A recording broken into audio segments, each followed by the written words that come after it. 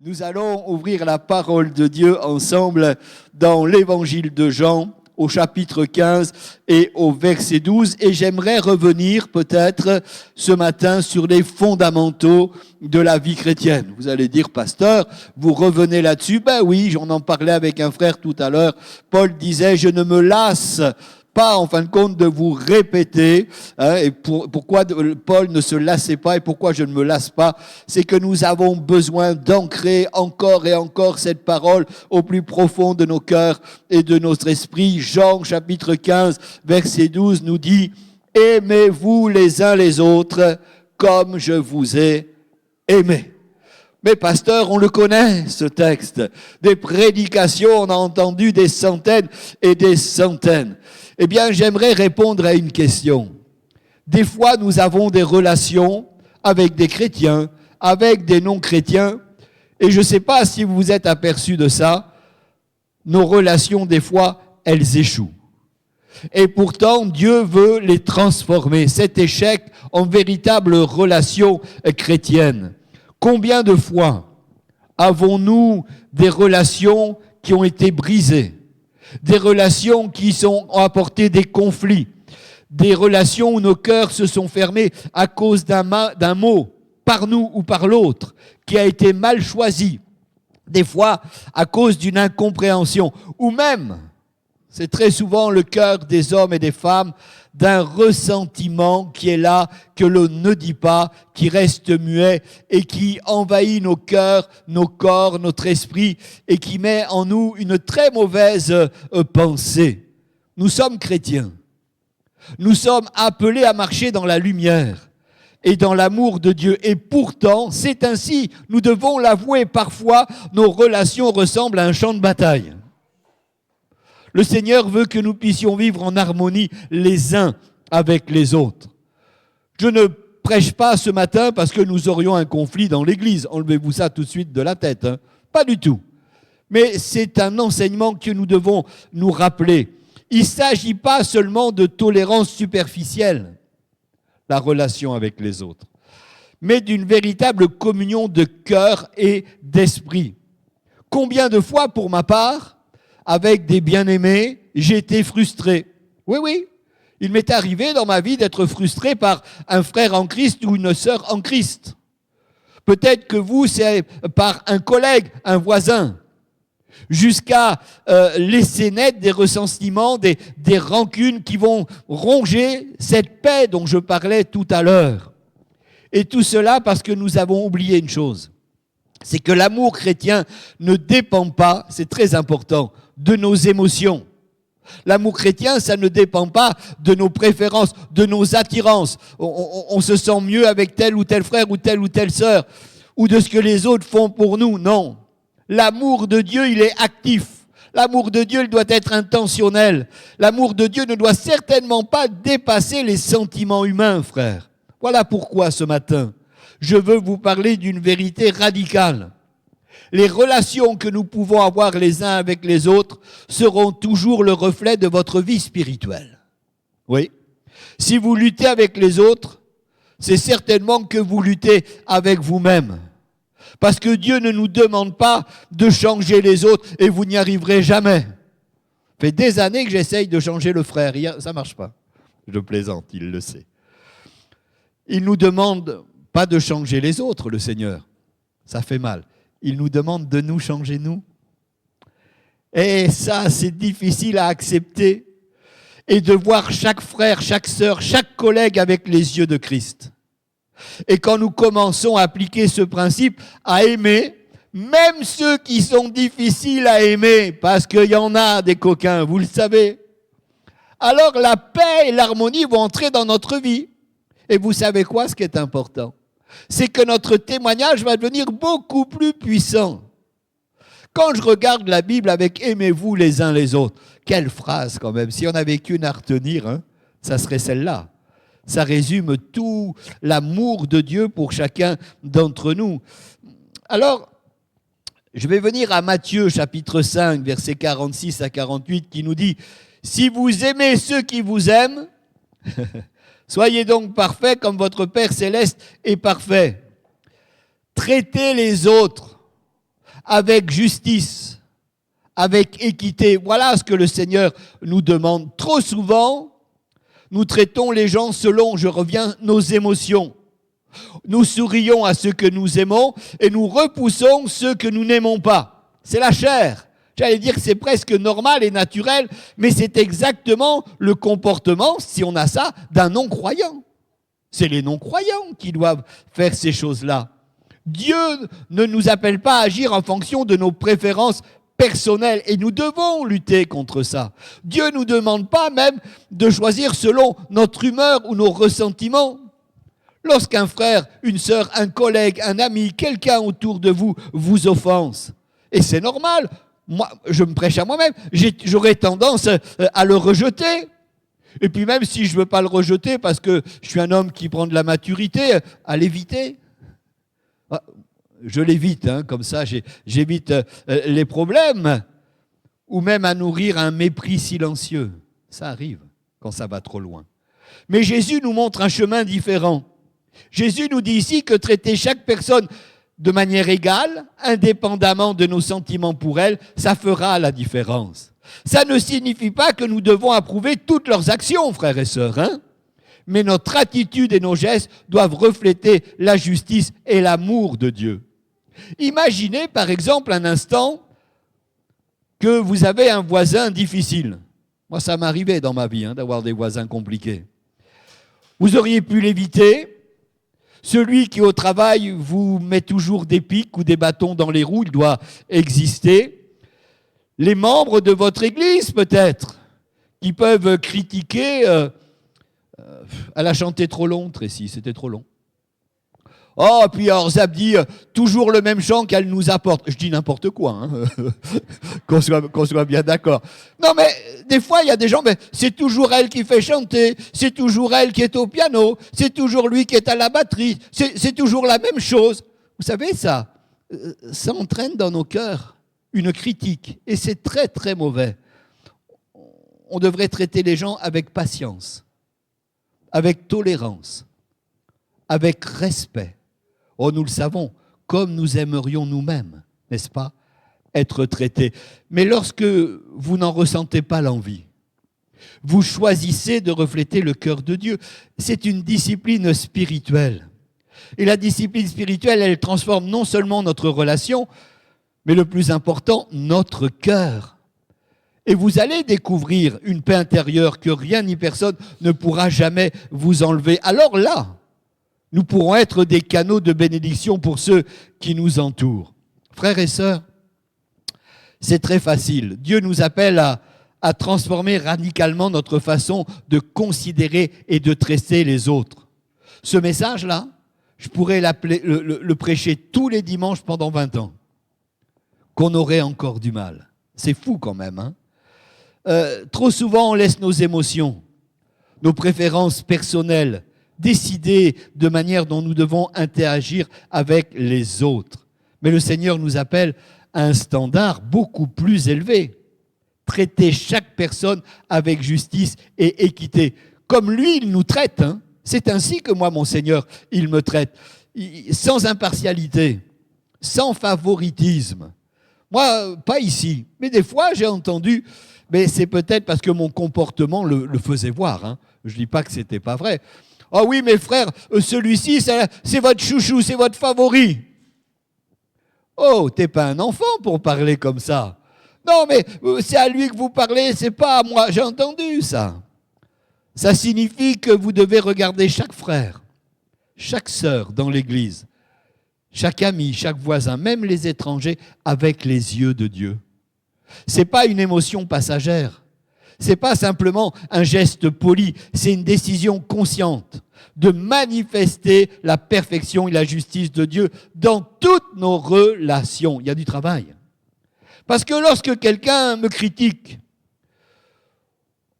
à tort, ou peut-être pas à tort, je ne sais pas, notre instinct naturel, le mien, je vous le dis, c'est de réagir, je vais très loin, avec colère.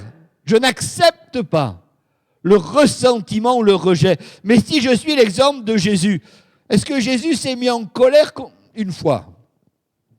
Une petite fois quand même. Si, Quand même, il a pris le fouet, il n'était pas content avec les marchands du temple. Mais le Seigneur, c'était particulier là. Mais il n'a jamais fait ressentir la colère, même à ceux qui allaient le crucifier.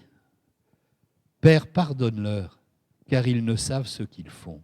Oh, est-ce que cette phrase, je serais moi capable de la dire quand quelqu'un me met dans une certaine injustice? Nous devons commencer aujourd'hui à mettre ce principe en pratique. Identifier une personne peut-être avec laquelle, je vous donne du travail là, vous avez peut-être une tension, quelqu'un que vous évitez, que vous avez déjà jugé. Il n'y a qu'un seul principe, c'est il faut prier pour eux.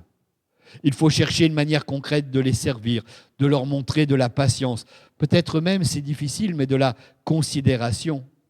Parce que chaque action que nous ferons, nous, en tant que chrétiens, changera ces âmes et les emmènera, bien sûr, au Seigneur.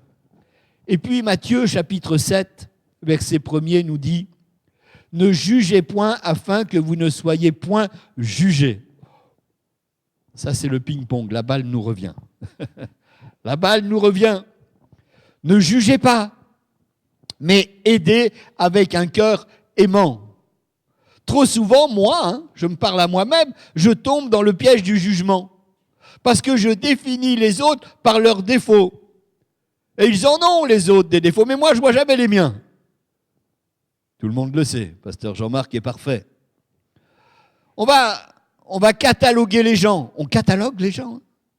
On leur met même des étiquettes. Mes frères et sœurs, chacun de nous est faible, chacun de nous est pécheur. Et lorsque je vais juger, j'oublie en fin de compte que Dieu m'a moi-même sauvé par grâce. Oh, qui je suis? Jésus t'a sauvé, Jean-Marc. Arrête de regarder les autres, arrête de les juger. Si je prends l'exemple de cette sœur, je me souviens dans une église, elle arrivait en retard aux réunions à chaque fois. Mais quand la réunion commençait à 10h, c'était réglé, elle arrivait à 11h20, quoi. Juste pour le dernier chant, quoi. Vous ne pouvez pas savoir comment ça m'a fatigué quand j'étais jeune prédicateur. Mais ça m'a fatigué. D'ailleurs, ça me fatigue toujours. Combien de fois je l'avais jugée, me disant, elle ne prend pas sa foi au sérieux, la sœur. Jusqu'à ce que je relise Romains 14,3. Qui es-tu pour juger le serviteur d'autrui? J'aurais dû bénir Dieu que même pour ces 10 minutes, les dernières minutes, elle était quand même là à l'église. Parce que j'ai compris par la suite pourquoi. Mais des fois, on voit des choses, mais on ne voit pas plus loin que le bout de notre nez. Vous savez, mon cœur, il a changé là. Parce que Dieu m'a montré que ma frustration venait de mon orgueil. Pas de son incapacité à venir à l'heure à la sœur. Non, non. Vous savez, l'attitude de Jésus, c'est la même envers les pécheurs. Jésus nous enseignera toujours l'amour pratique. Il ne condamne pas, il ne rejette pas, mais il enseigne. Et il corrige avec douceur. Et il nous offrira toujours une chance de repentance. Nous aussi, nous devons agir ainsi. Tendre la main avec amour, pardonner, encourager, aider nos frères et nos sœurs à grandir. Parce que le jugement, vous le savez comme moi, ça ne fait que de nous détruire. Le jugement, ça nous fait toujours du mal. Mais l'amour, lui, il va toujours restaurer. Je crois qu'encore ce matin, à travers ce court texte, Dieu nous appelle à examiner notre tendance à juger les autres et peut-être à remplacer l'amour par l'incompréhension. Trop souvent, on peut tomber dans ce piège de la critique, de l'évaluation. On définit les gens par leurs défauts, par leurs faiblesses. Et parfois, nous leur imposons des attentes que nous ne pouvons même pas respecter nous-mêmes. Ça m'arrive. Non, non. Mais le Seigneur nous rappelle que chacun de nous est faible, corrompu par la nature humaine. Et on dépend de la grâce de Dieu. Si je regarde l'exemple de Jésus, par exemple, je vais prendre l'exemple suprême pour moi, à la femme adultère. Il y avait tout pour être mécontent, là. La loi humaine aurait exigé quoi? Sa condamnation. Mais Jésus, il a eu compassion et sagesse, il lui offre la miséricorde. Jésus va lui donner l'opportunité de changer. Devant ces cas que nous avons d'une manière concrète dans la vie, nous devons donner l'opportunité, je veux dire un mot, à ces bien-aimés. Il faut déjà que dans votre tête, ça soit des bien-aimés, de leur donner l'opportunité de changer. Nous sommes appelés à faire de même. Voir les autres non pas à travers leurs erreurs ou leurs faiblesses, mais à travers le potentiel que Dieu a déjà mis en chacun d'eux. Moi, j'ai un pasteur, quand je suis venu à l'Évangile, il était très patient avec moi. On était tout un groupe là. On était des perturbateurs, vous ne pouvez pas savoir. On ne comprenait rien à l'Évangile et on perturbait la réunion. Mais il était patient. Patient. Patient. Un jour, il m'a pris à part. Et il m'a, tout un groupe là, mais c'était un homme de l'esprit, un homme de Dieu. Hein.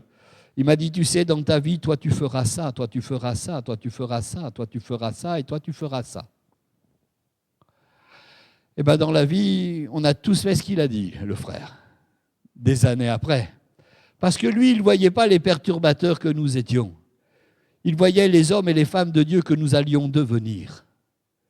Et ça, c'est toute une autre chose. Quand nous voyons comme Dieu voit ceux que nous pouvons peut-être critiquer.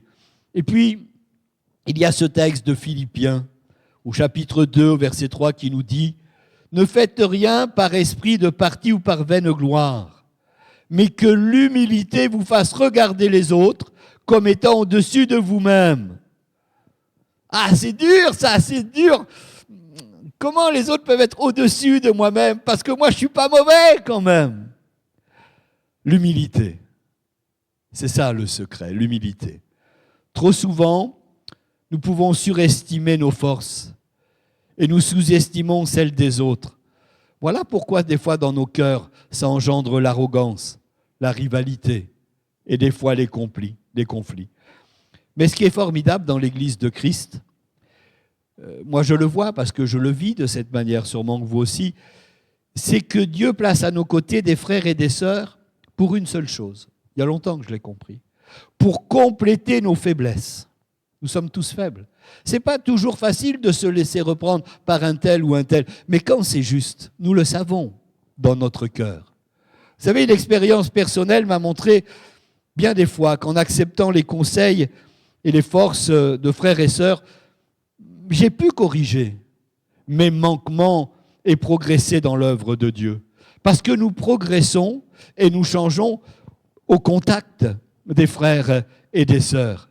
Et lorsque vous et moi, en fin de compte, nous apprenons à voir les autres comme des instruments que Dieu utilise pour nous perfectionner, en fin de compte, nous transformons la compétition en coopération. Il n'y a pas de compétition entre frères et sœurs. Il doit y avoir de la coopération. Cet amour fraternel.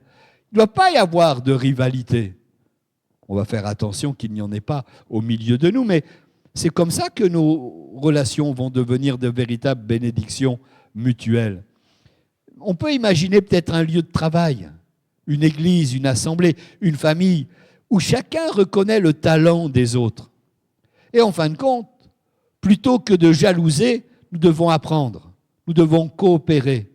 Et c'est ainsi que l'Église et chacun d'entre nous, nous allons progresser.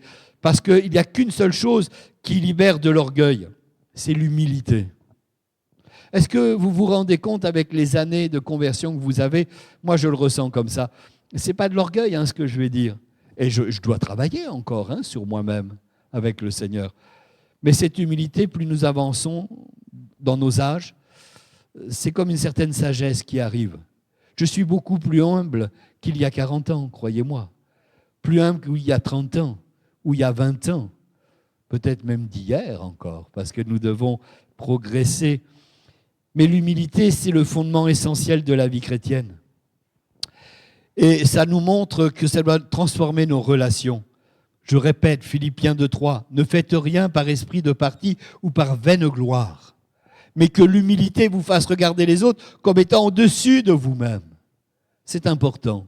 Trop souvent, nous surestimons nos propres forces et on sous-estime forcément celles des autres parce que nous nous vantons de nos réussites. Des fois, on peut rejeter le conseil des autres. Ça veut dire qu'on va laisser l'orgueil diriger nos interactions. Et ça, forcément, c'est un problème parce que ça va engendrer des conflits, des malentendus et des relations qui peuvent se briser. Des fois, c'est à ça de se briser. Mais si on revient à ce que nous sommes vraiment, les relations, elles peuvent se rétablir. Parce que Dieu a placé à côté de toi, mon frère, ma sœur, d'autres frères et des sœurs pour compléter nos faiblesses, pour nous enseigner, je n'ai pas peur de le dire, et de nous aider à progresser.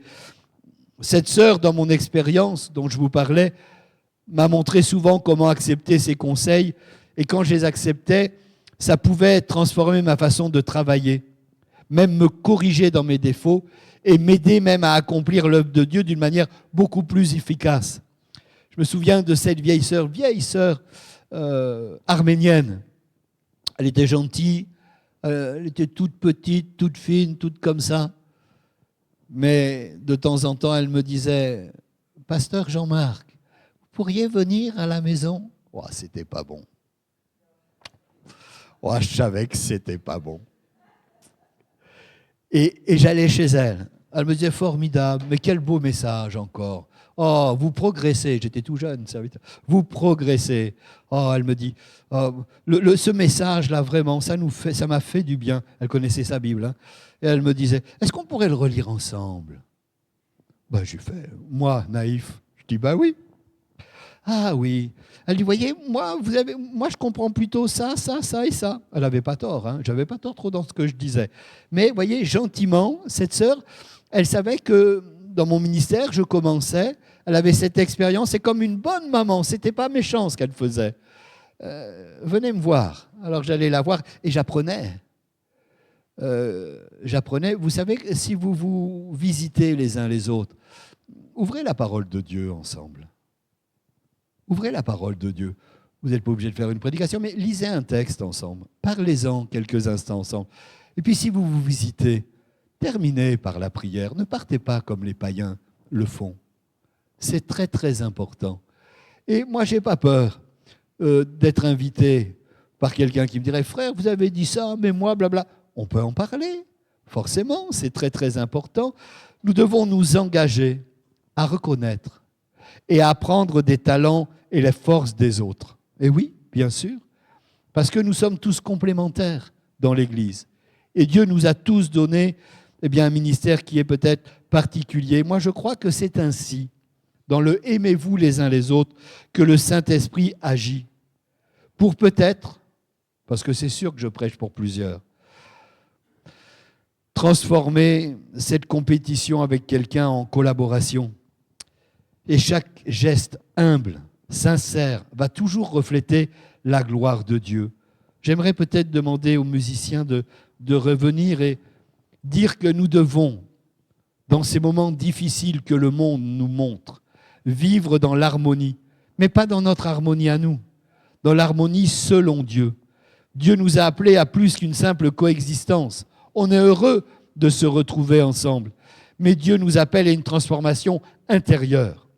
Et cette transformation va se refléter dans nos relations. Et des relations, nous en avons tous les jours, les uns et les autres. Alors, n'oubliez pas, quand vous allez sortir de ce lieu, que la personne soit chrétienne ou non, traitez chacun de manière égale.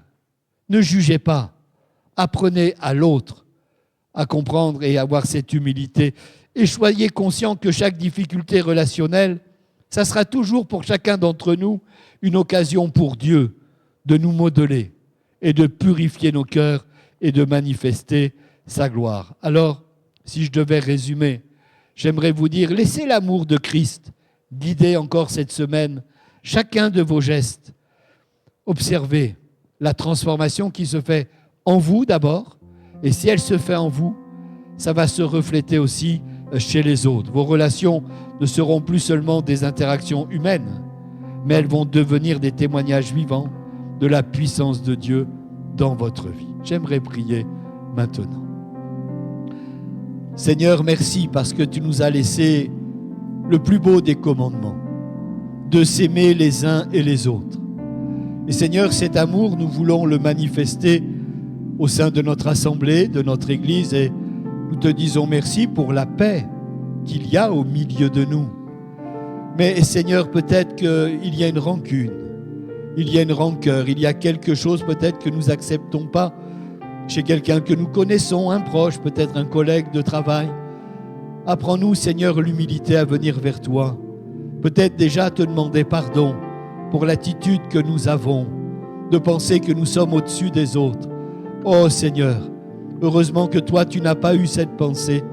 Tu t'es humilié, tu es venu jusqu'à nous, Seigneur, pour nous sauver, pour être au plus près, pour nous pardonner. Alors Seigneur, l'exemple que nous avons de toi, nous voulons le mettre au service du royaume de Dieu. Seigneur, s'il y avait un conflit, s'il y avait quoi que ce soit, cette semaine, permets-moi, Seigneur, de résoudre le problème et que je puisse, par ta grâce, Seigneur, être une source de bénédiction pour celui ou celle, peut-être qui m'a froissé, qui m'a fait du tort. Seigneur, nous voulons grandir en toi et ne pas être comme les gens du monde qui ont que de la haine et de la rancune. Seigneur, nous savons que nous devons travailler sur nous-mêmes. Mais si toi, tu ne travailles pas en nous, si ton esprit, Seigneur, ne vient pas nous susciter cette chose, que pourrions-nous faire? Nous sommes remplis de toi, Seigneur. Et par cette grâce et cet amour, nous te disons merci parce que nous allons expérimenter cette humilité, le pardon, Seigneur, et de voir les autres comme ils sont, comme toi tu nous vois. Seigneur, donne-nous tes yeux pour que quand nous tombons dans ce piège, nous puissions, Seigneur, nous rétablir et te dire pardon.